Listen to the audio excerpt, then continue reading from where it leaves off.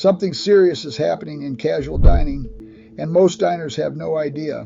These 12 chains are collapsing one by one, some through quiet bankruptcy filings, others by simply vanishing from the strip malls they used to anchor.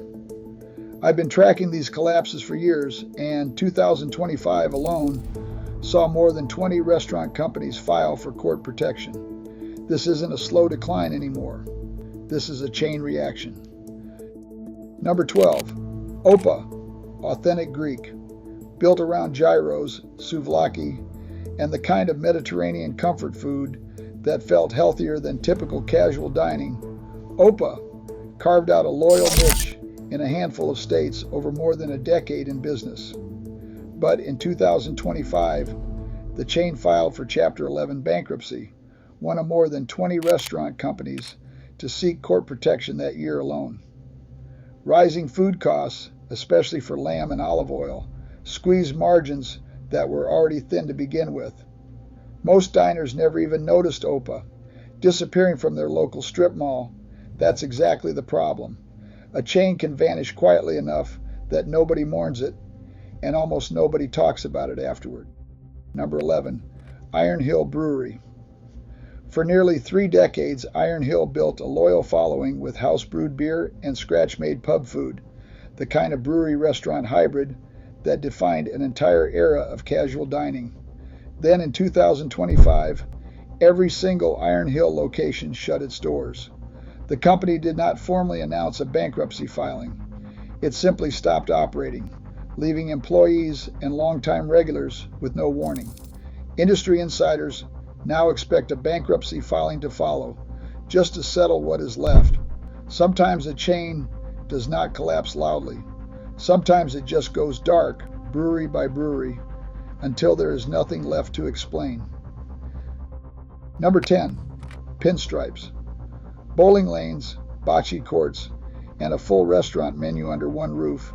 Pinstripes looked like the future of entertainment when it went public through a special purpose acquisition deal in January 2024 at a $500 million valuation. It did not even survive 2 years. Built on heavy debt and rapid expansion, the company filed for Chapter 11 bankruptcy just 21 months after going public, then converted to Chapter 7 liquidation through a lender-affiliated credit bid. Pinstripes proves a brutal lesson about casual dining in 2026. A concept can look genuinely innovative and still collapse faster than the debt used to build it. Number 9, Abuelo's Mexican Restaurants. With handcrafted margaritas and a menu built around authentic regional Mexican dishes, Abuelo's positioned itself as a step above typical Tex-Mex chains. That positioning wasn't enough. In September 2025, Food Concepts International, the company behind Abuelo's, filed for Chapter 11 bankruptcy. The filing came amid the same pressures hitting nearly every full-service chain at once: rising labor costs, expensive leases, and customers trading down to cheaper fast casual options. Abuelo's joined a wave of more than 20 casual dining bankruptcies in 2025 alone, proof that being a step above the competition no longer guarantees survival. Number 8, Bertucci's. Brick oven pizza and an open kitchen once made Bertucci's a fixture across the Northeast, the kind of Italian chain families chose for birthdays and Friday nights. But Bertucci's has now filed for bankruptcy 3 separate times in just 7 years. Each time a new investor buys the brand using debt, makes a few cosmetic changes, and the exact same problems resurface a few years later. Industry analysts call this pattern Chapter 22, meaning a company that never actually fixes what broke it the first time. Bertucci's isn't failing once. It's failing on a loop, and nobody seems able to stop it. Number 7, Bravo Cucina Italiana and Brio Tuscan Grill. These sister chains built their identity on upscale Italian dinners at a price that felt reasonable for a special night out. They expanded into shopping centers across dozens of states. In August 2025, parent company Bravo Brio Restaurants filed for Chapter 11 bankruptcy, its second filing in just 5 years. The same financial pressures that forced the first bankruptcy never actually went away. They just got refinanced and pushed down the road. Customers kept showing up for the breadsticks and the wine list. The debt behind the company was the real problem all along. Number 6, Bar Louie. With its late-night happy hour deals and a menu built for sharing, Bar Louie became the go-to spot for groups looking for an affordable night out across the Midwest. In March 2025, the chain filed for Chapter 11 bankruptcy for the second time, closing multiple locations in the process. The first bankruptcy back in 2020 was supposed to fix things. It didn't. Rising labor costs and weaker weeknight traffic finished the job the pandemic started. Bar Louie's 2 bankruptcies in 5 years tell the same story playing out across casual dining. Surviving once doesn't mean surviving for good. Number 5, Razoo's Cajun Cafe. Alligator, oysters, and po' boys built Razoo's, a devoted following across Texas for more than 3 decades, with the chain's busiest season always tied to crawfish prices. In October 2025, Razoo's filed for Chapter 11 bankruptcy, citing inflation, expensive leases, and aggressive discounting from larger rivals like Chili's and Applebee's. By the time M Crowd Restaurant Group acquired the brand out of bankruptcy in December, 9 more locations had been shuttered, leaving just 11 of Razoo's original 24 restaurants standing, a 34-year-old Cajun institution, CUT, by more than half in one bankruptcy proceeding. Number 4, Bahama Breeze. With tropical cocktails and a Caribbean-inspired menu, Bahama Breeze felt like a vacation you did not need a plane ticket for, growing to 28 locations under parent company Darden.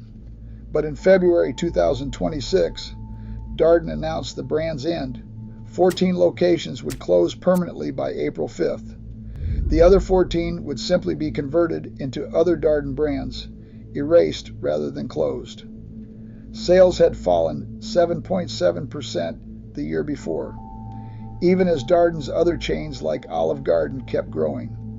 Bahama Breeze was not killed by the economy. It was quietly retired by its own parent company, while the rest of the family thrived. Number 3, On the Border. For more than 4 decades, On the Border served Tex-Mex fajitas and free chips and salsa to families across Texas and beyond, growing to over 150 locations at its peak. Then the collapse came in stages. The chain filed for Chapter 11 in March 2025, immediately closing nearly 80 locations. Houston-based Pappas Restaurants bought what remained 2 months later. Then, on June 12, 2026, every single company-owned location closed for good. Just over a week later, the brand collapsed into Chapter 7 liquidation entirely. On the Border didn't die once. It died 3 times in 16 months, and each death was worse than the last. Number 2, Twin Peaks and Smoky Bones.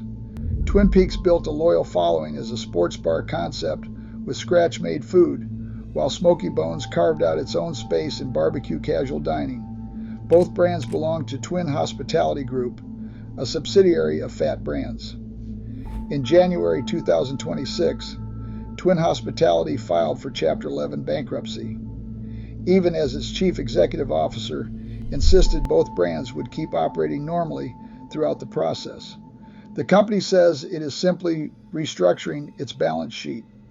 But when 2 separate, otherwise healthy-looking restaurant brands end up sharing the same bankruptcy filing, the real problem usually is not either brand. It is whoever is standing above them. Number 1, Fat Brands.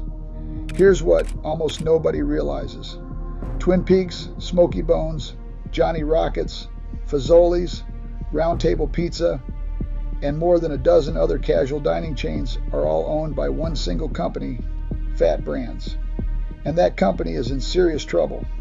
After lenders demanded full repayment of $1.3 billion in debt, Fat Brands has warned it may be forced into its own bankruptcy filing in the coming months.